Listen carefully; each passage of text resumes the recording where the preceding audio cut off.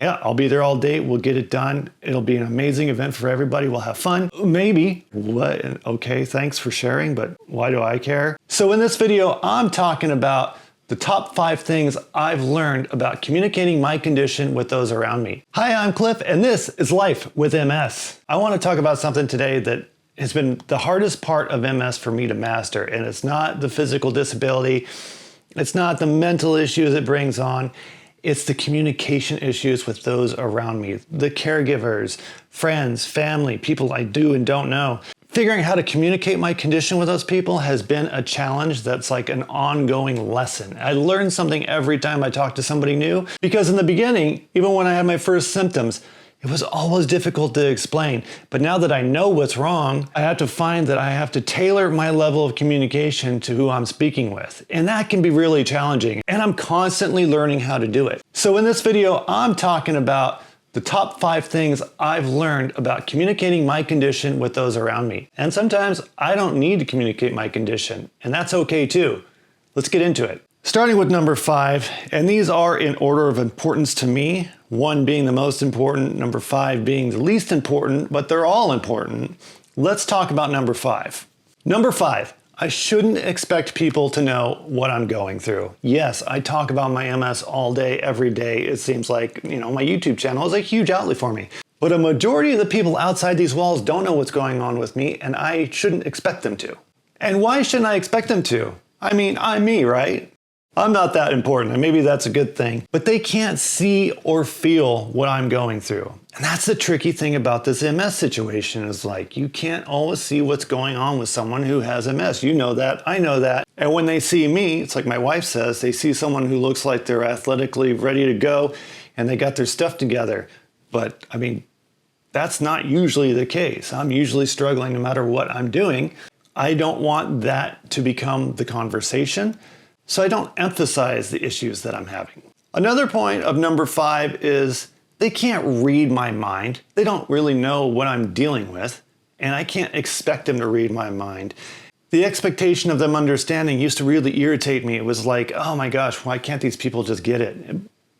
And how could I expect them to understand it? They don't have my disease. And the last point on number 5, I think I've just learned to be patient. I need to be more patient with people. And I'll give you an example. When I was first diagnosed, my mom thought it was more like the flu. She's like, well, you're gonna get over it and you're gonna be better. And that lasted about a year. She couldn't wrap her mind around the fact that I'm not getting over this thing. And for parents, I'm a parent, I understand. That's a coping mechanism for parents. Like, it'd be really difficult for me to accept something like MS for my son. A parent feels very helpless, and I understand that. I just need to be patient. And that's the way it goes. Number 4 has been a huge challenge for me. And I'm going to put all these in the description below, so if you want to, you can go back over them. Communicate where I can help and where I need help. And as someone who's always been fiercely independent, this has been a huge struggle for me, is trying to figure out how in the world I communicate where I need help and where I can help. Now, the where I can help part has always been a little bit easier because I like to please. I'm a people pleaser by nature. So I like to step in, get my hands dirty, and make things happen. However, where I need help is something that's like a battle with my ego. Like, I don't like to accept the fact that I need help. And over the years, it used to frustrate the crap out of my wife and my family that I wouldn't tell them where I needed help. And then my MS got to a point where I didn't have a choice. I had to tell people where I needed help because there were just simply things I couldn't do. And that became challenging, but I had to work on it every single day. And the more I did it, the better it got, because I realized there were areas that people were really proficient in helping me. They felt like they were helping with a condition that they otherwise couldn't do anything about. So each person in my life has something that they're accustomed to assisting me with. And I've come to the realization that, like, it's okay. It's okay to ask for that help. And once I set the expectation of where they can help, I find the communication becomes much more clear. Regarding the topic around of where I can help them, now, this comes with really clear communication because I've changed fundamentally as a person with my physical abilities. There used to be a time where I could pretty much do anything I put my mind to. And my MS has really grounded me in that respect. And now I find myself having to communicate where I can help and what I can and cannot do. And that has taken the better part of 5 to 6 years to really be okay with. Like, I hate the fact that I have to tell somebody, yeah, I want to help out with this, and that, but I can't with that part of it. I'll give you an example. I really like riding in bicycle rides, centuries, stuff like that, where you ride 100 miles or so. That's something I used to do all the time. Now I can't do that anymore because my legs don't work too well and it's extremely fatiguing. But people ask, well, can you help out at the event? And the answer used to be, yeah, I'll be there all day. We'll get it done. It'll be an amazing event for everybody. We'll have fun. Now I have to say, maybe, because the day of the event, I may not be able to function.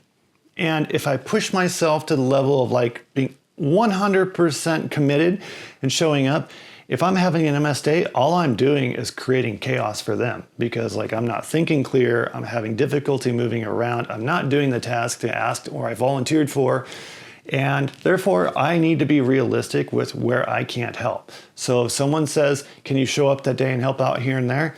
I say, maybe, and it's going to be for a few hours. So being honest in terms of what I can and cannot do really relieves a lot of pressure off the people around me, because now they know that like they can count on me being honest with them and they don't have to worry about me wiping myself out in one of these events, and they feel bad about that if that happens.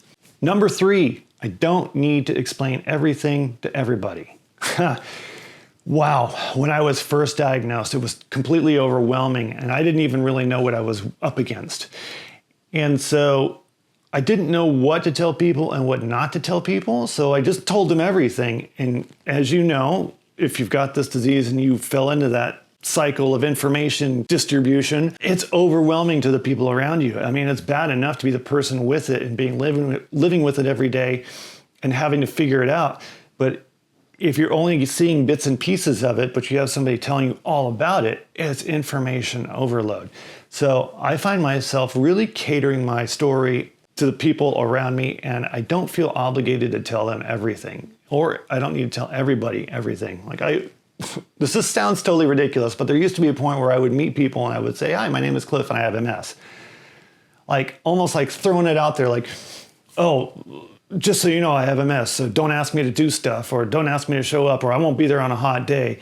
That was my coping mechanism, and that was completely obtuse to like meeting someone. They were like, what? And okay, thanks for sharing, but why do I care? The fact is, they probably don't need to care if it's someone I just met. And so I really tuned that down, reshaped that messaging, and I distribute it with discretion, if you will. And one last point on that number 3, I like to if I'm gonna go to an event or something, I craft a 10-second pitch in my head. And that 10-second pitch in my head is basically something I can throw out to someone that's gonna ask about a situation or something they've seen or something they've heard. Let's say I go to a neighborhood picnic and I haven't had time to talk to everybody in the neighborhood, and maybe I've seen them in passing, but I don't really know who they are, but I know their neighbors really well. And the neighbors I know really well may have told them, oh, he has MS or something like that. I will prepare a 10-second pitch where they say, you know, I see you walking a lot with a limp. Are you okay? I heard there's something going on. You have MS or something? And I'll say, yes, I do have multiple sclerosis. It affects me on hot days. So you'll see me walking around with a limp. End of story, unless they ask any other information. And I live in a neighborhood full of healthcare providers and doctors and nurses and all that stuff. They're very sensitive on how they ask questions, but then there are other people that don't work in that environment and they're straightforward. I'm very transparent with it, but I don't need to tell them everything. Number 2, we're getting higher up in the numbers here, so things are getting more important in terms of where they are on my list. This one's really important, and it took me a long time to figure this one out too. Create and set boundaries. And like I said, I'm a people pleaser. I don't like having boundaries. I don't like setting boundaries. I like to just get stuff done. That does not happen with my MS now. I can't do that, and I need to be able to set realistic boundaries with those around me, and I need to be resolute about those boundaries. That is to say that there are things I just will not compromise on.